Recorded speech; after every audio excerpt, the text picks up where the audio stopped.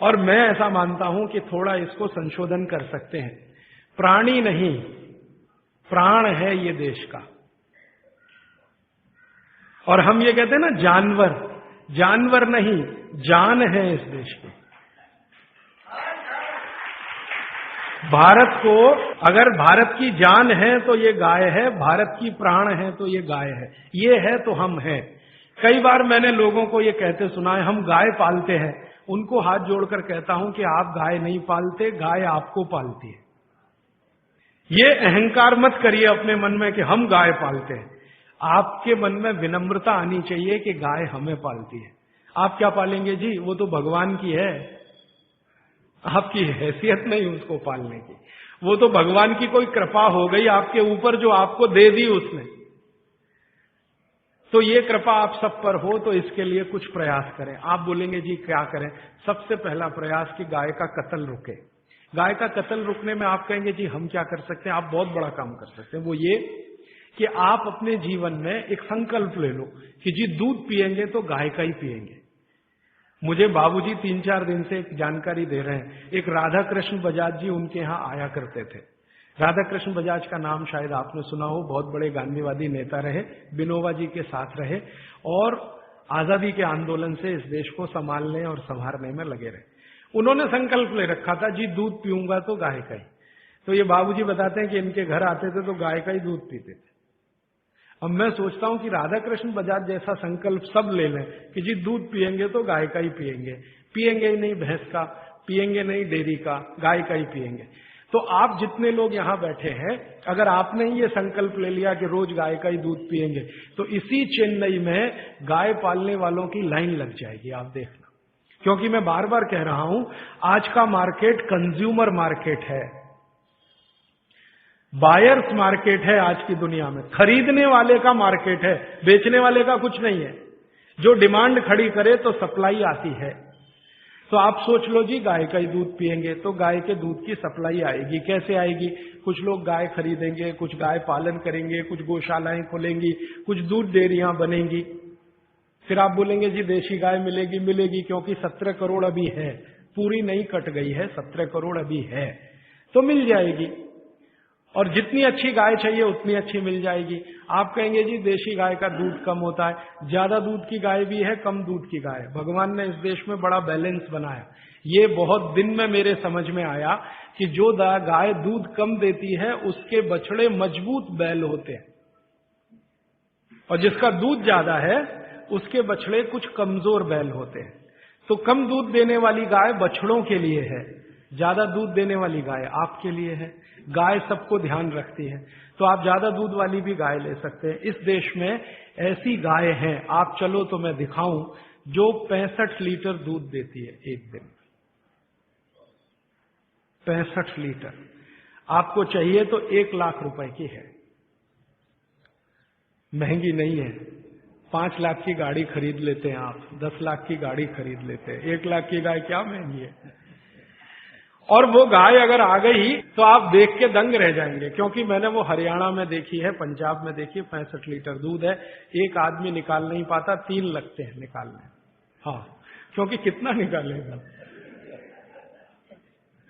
और मैंने देखा हरियाणा में जो लोग रखते हैं ना, उनके घर में 3 लोग उसका दूध दुहते हैं। और इतनी सीधी है वो कि बच्चा भी चाहे तो उसका दूध दुहने बैठ जाए। नहीं लात मारती, ना सींग मारती है, दूध बहुत है।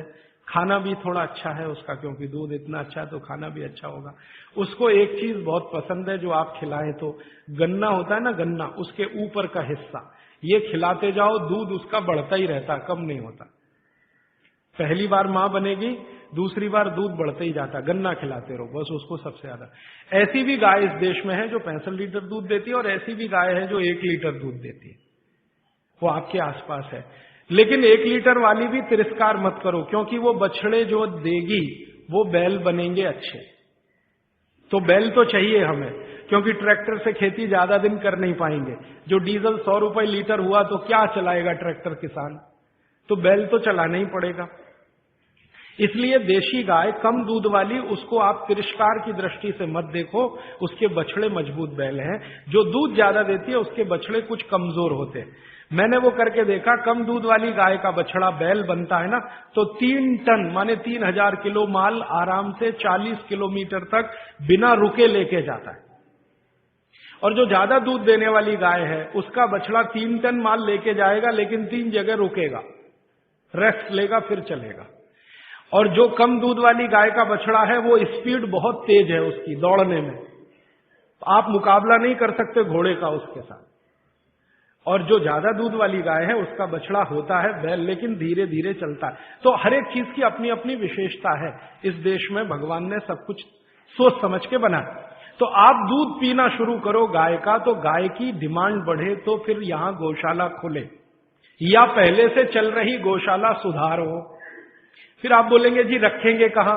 चेन्नई के आसपास इतनी जमीनें हैं, बहुत सारे गांव हैं, बहुत सारी जमीनें हैं, आप कहीं भी ले सकते हैं। और ये विदेशी कंपनियां आके चेन्नई के आसपास जमीनें खरीद रही हैं, तो आप क्यों नहीं खरीद सकते गाय के लिए? तो आप सब मिलकर, मेरा तो ऐसा भावना है कि एक समिति बना लो, या तो एक ट्रस्ट बना लो, 200-400, 500, 1000, 2000 गाय रख लो। संभालना कैसे वो मेरे जैसे लोग आपको बताते रहेंगे।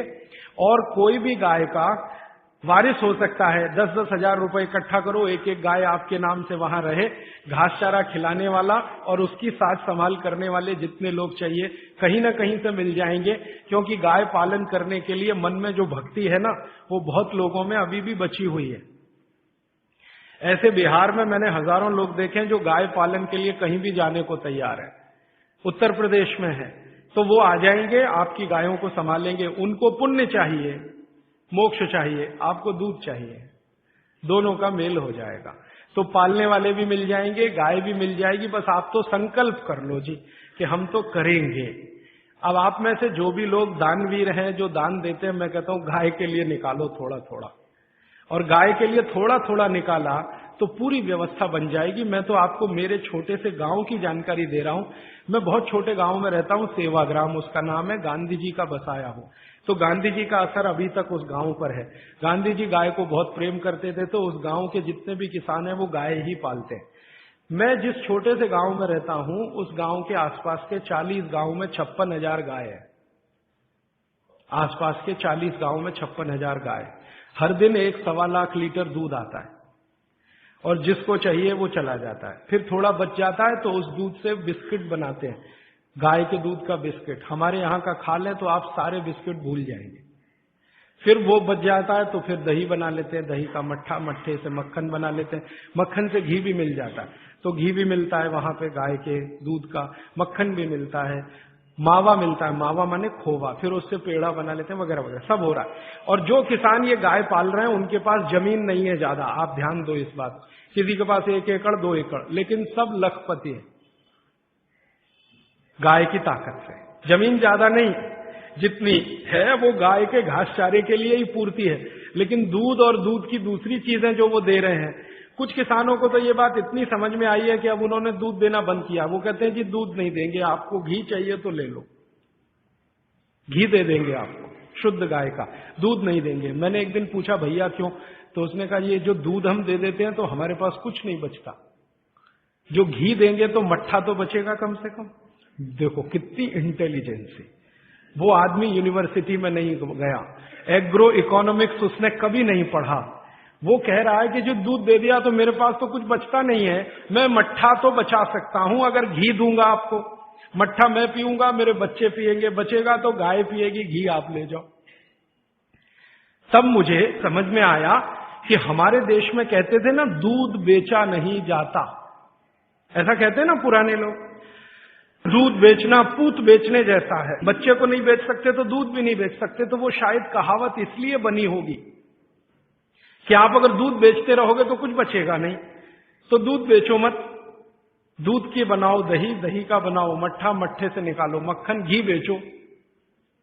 तो घी बेचो तो भाव भी अच्छा है, 180 रुपए किलो तो हमारे यहां मिलता है, लेकिन वही घी बंबई जाता है तो 500 रुपए किलो बिक जाता है। बेंगलोर चला जाए तो 600 रुपए किलो भाव है, जर्मनी चले जाए तो 4000 रुपए किलो तक भाव मिल जाता है वही घी का।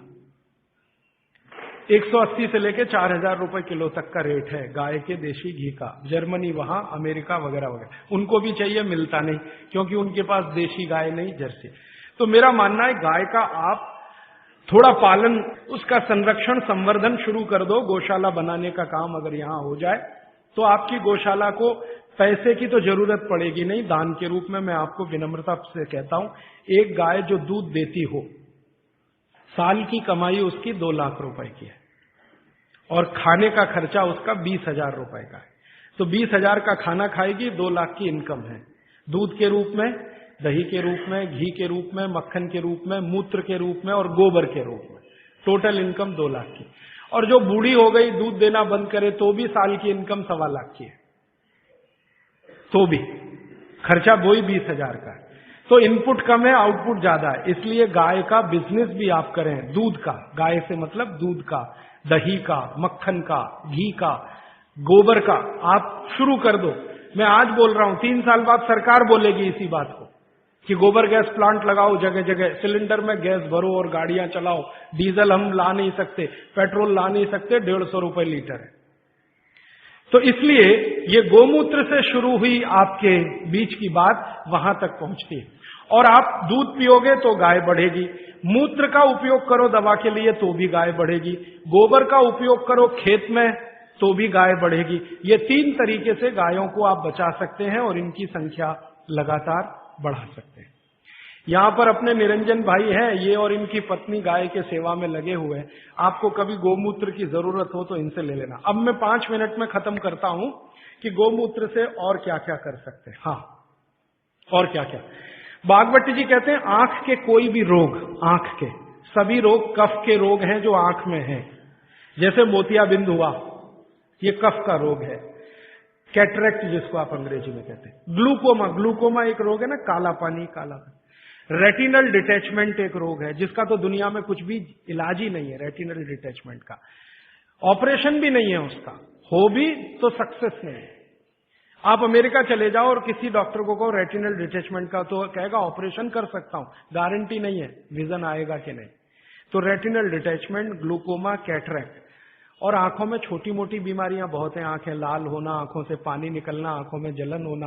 तो छोटी छोटी से लेकर सबसे खराब बीमारी रेटिनल डिटैचमेंट, ये सब गोमूत्र से ठीक होती है, क्योर होती है। शब्द पे ध्यान देना, कंट्रोल नहीं, क्योर होती है, जड़ से खत्म होती है।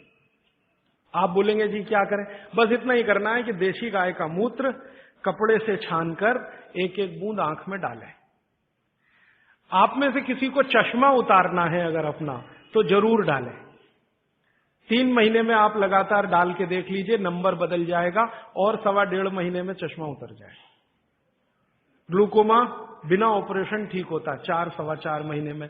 कैटरेक्ट अगर आपको डिसॉल्व करना है 6-6.25 महीने में ठीक हो जाता है। रेटिनल डिटैचमेंट को 1 साल लगता है, लेकिन लगातार गोमूत्र डालते रहिए, 1-1 बूंद, बस इतना पर्याप्त है। आंखों में, बच्चों के कान बह रहे हैं, कान, आप जानते हैं छोटे छोटे बच्चों के कान में मवाद निकलता है, बस 2 या 3 दिन 1-1 बूंद कान में गोमूत्र की डाल दीजिए, पूरा कान साफ हो जाएगा, मवाद निकलना बंद।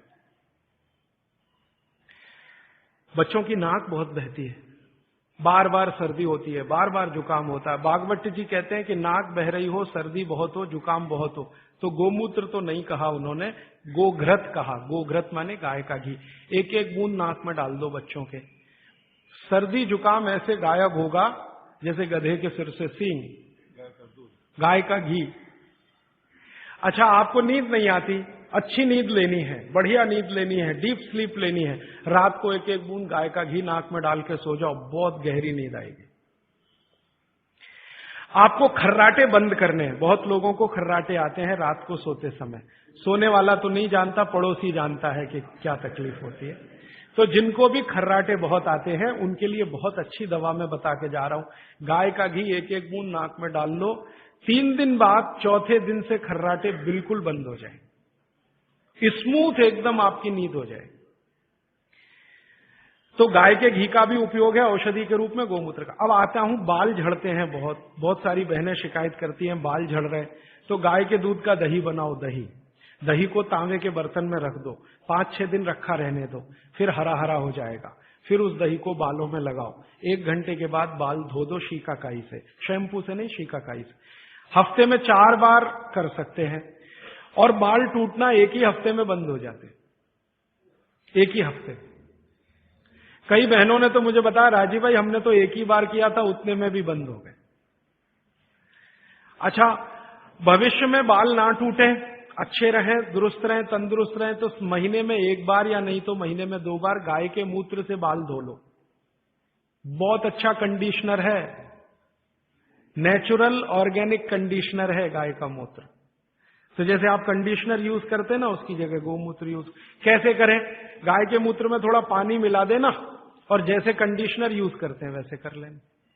और आगे बढ़ता हूं। बच्चों की पसलियां बहुत तकलीफ की स्थिति में हो, बच्चों की आप कई बार महसूस करते हैं ना, उनको बलगम जमा हो गया, कफ जमा हो गया, तो ऐसे बच्चों को 1 चम्मच गोमूत्र पिला दो, एक ही दिन के बाद वो सारा कफ उतर जाएगा। आपको पीना है तो आप भी पी लो, आधा कप तक पी सकते हैं। फिर उसके बाद मूत्रपिंड के जितने भी रोग हैं, मूत्रपिंड के रोग आप सब समझते हैं, किडनी के फेलियर के और किडनी के तकलीफ के, ये सब में बहुत अच्छी दवा है गोमूत्र, उपयोग करो। गाय का मूत्र आधा कप, किडनी फेलियर के सब केसेस में आप उपयोग कर सकते हैं। मूत्र के कोई भी रोग में उपयोग कर सकते हैं, जैसे पेशाब थोड़ा थोड़ा आता है, गोमूत्र पीना शुरू करो, खुल के आएगा। पेशाब में जलन होती है, गोमूत्र पीना शुरू करो, जलन बंद। पेशाब कई बार लाल रंग का आता है, गोमूत्र पीना शुरू करो, नॉर्मल कलर होगा। मूत्र के लगभग 22-23 रोग इस अकेले गोमूत्र से ठीक होते हैं।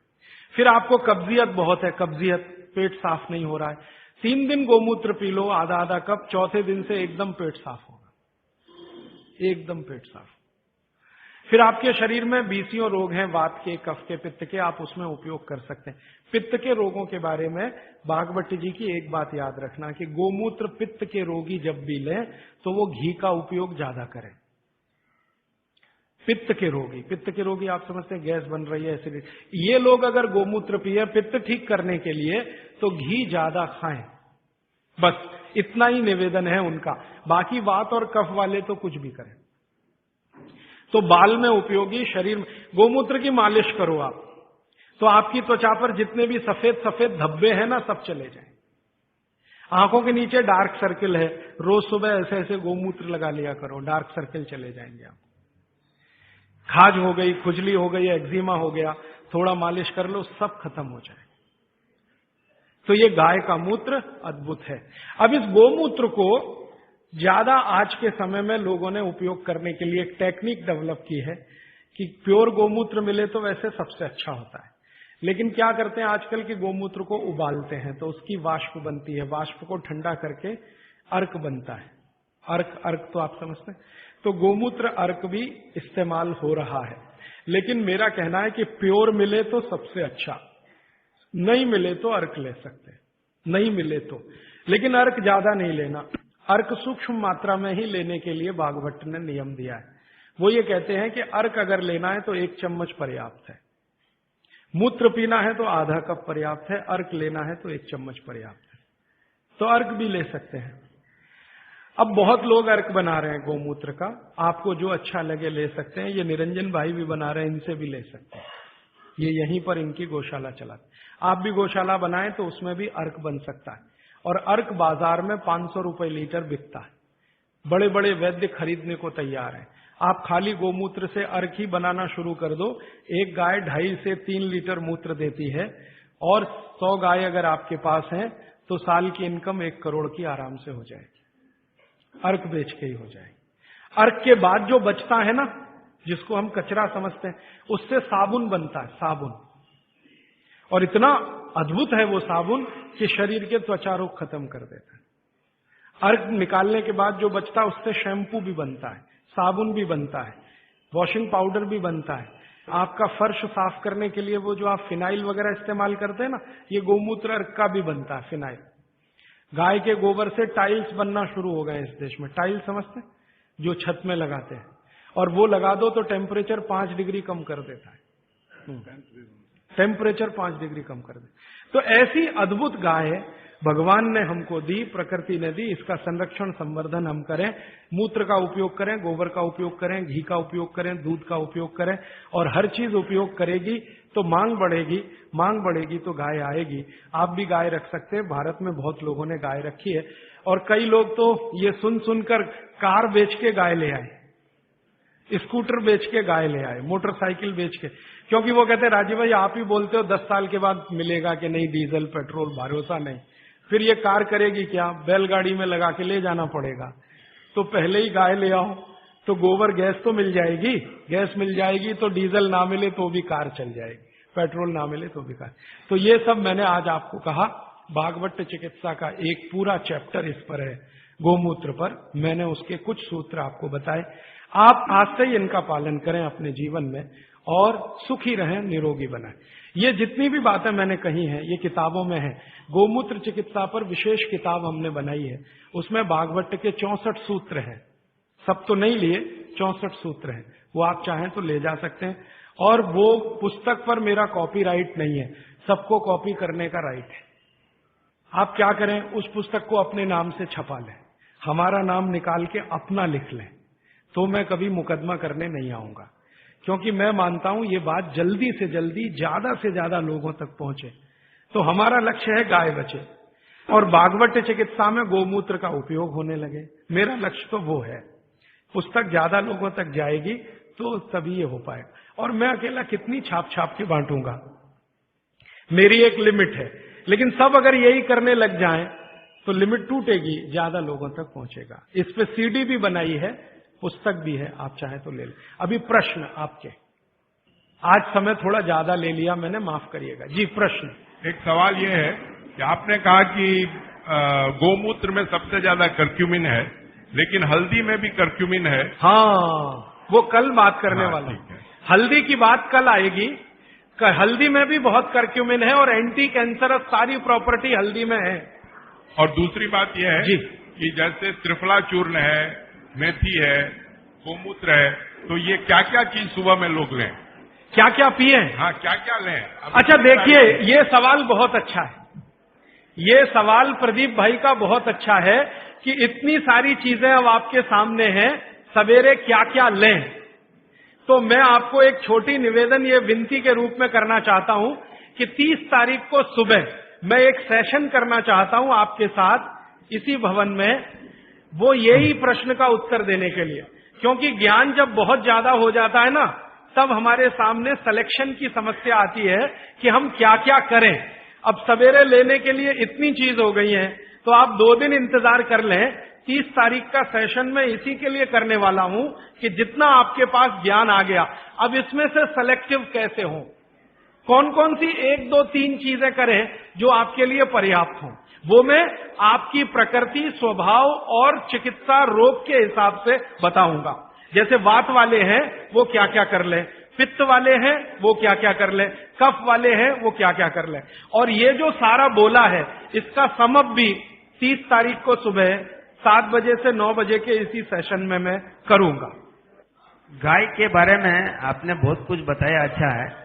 गाय का पंचामृत जो होता है वो इतना शुद्ध होता है जिसकी कोई हद नहीं। सही बात। मैंने इसका सदुपयोग किया है 5 चीजों को, जिसको मिलाकर के आप ले तो जिंदगी भर की जैसी जैसी बीमारी हो वो आपकी दूर हो जाती है। उसके बारे में आप बताते हैं। गाय का दूध, गाय का घी, गाय का मूत्र, थोड़ा गाय के गोबर का रस और ये सब मिलाकर थोड़ा गुड़, ये है पंचामृत। इसमें गुड़ की जगह शहद भी मिला सकते हैं, क्योंकि दूध में वैसे शहद नहीं मिलाते, लेकिन गाय के मूत्र के साथ चलता है। घी में शहद नहीं मिलाते, लेकिन गाय के मूत्र के साथ चलता। तो पंचामृत बनाने की विधि पुस्तक में है, आप ले लो। ये पंचामृत का इनका जो रिजल्ट है वो पूरे देश में वैसा ही रिजल्ट है। वात, पित्त, कफ तीनों पर एक साथ काम करता है, बहुत गहराई से असर करता है। अबनॉर्मलिटी इन हार्मोन्स, उसका कोई क्योर है? हाँ बिल्कुल है। आप इसके लिए मुझे व्यक्तिगत रूप से मिलेंगे? जरूर, मैं आपको लिख के देता हूँ। जरूर जरूर। देखिए, मेरे पास एक लिखित चिट्ठी आई है, बहुत खुशी की बात है। चेन्नई में गौशाला है तो बहुत अच्छी बात है, बस दुख की बात है कि उसका मैनेजमेंट सही नहीं है, ये दुख की बात है।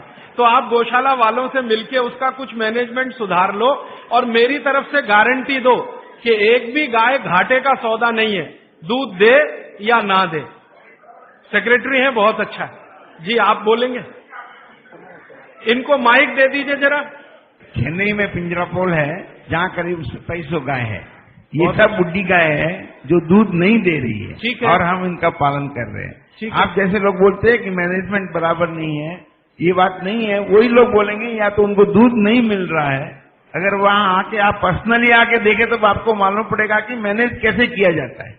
कहना बहुत इजी है लेकिन करना बहुत मुश्किल है। इसलिए आपसे विनती है कि आप सब लोग वहां आइए, देखिए, और हमें किस तरह का सहयोग दे सके आप सहयोग दीजिए। धन्यवाद। बटाटा नहीं खाना, नहीं सुबह सुबह खाना तो वेट नहीं बढ़ेगा, रात को खाओ तो वेट बढ़े।